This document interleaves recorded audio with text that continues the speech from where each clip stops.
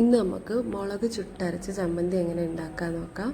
അപ്പോൾ അതിന് മുളക് നല്ല ചുട്ടെടുക്കണം. നല്ല കനലിലേക്ക് മുളക് ഇട്ടിട്ട് കരിഞ്ഞു പോവാതെ ശ്രദ്ധിക്കണം. അപ്പോൾ മുളക് ഇട്ടൊന്ന് തിരിച്ച് മറിച്ചിടുമ്പോഴത്തേനും മുളക് വേഗം ആവും കേട്ടോ. പിന്നെ ഭയങ്കര സ്മെല്ലായിരിക്കും മുളക് ചുടുമ്പോൾ. അപ്പോൾ വാതിലൊക്കെ അടച്ചിട്ടിട്ട്, അല്ലെങ്കിൽ വീട് ഫുള്ള് സ്മെല്ലായിരിക്കും കേട്ടോ. അടുക്കളയുടെ വാതിൽ അടച്ചിട്ടിട്ട് വേണം മുളക് ഇടാൻ. അതിന് ശേഷം വാഴയുടെ ഇലയിലാണ് ഞാൻ പുളി ചുട്ടെടുത്തത്. കാരണം എന്താ വെച്ചാൽ പുളി അടുപ്പിലേക്ക് ഇട്ട് കഴിയുമ്പോൾ അതിൻ്റെ ചാരവും വെണ്ണീരും എല്ലാം കൂടെ ആവില്ലേ, നമ്മൾ തുടച്ച് കഴിഞ്ഞാലും പോവില്ല. അപ്പോൾ വാഴയുടെ ഇലയിൽ പൊതിഞ്ഞിട്ട് നല്ല വാഴയുടെ ഇല നല്ല മുരിഞ്ഞ് കരിഞ്ഞ പോലെയൊക്കെ ഏകദേശം വാഴയുടെ ഇല എന്ന് കരിഞ്ഞ് വരുമ്പോഴത്തേനും നമുക്ക് പുളി ആയി കിട്ടിയിട്ടുണ്ടാവും. ഒരു നല്ലൊരു സ്മെല്ലൊക്കെ ഉണ്ടാവും.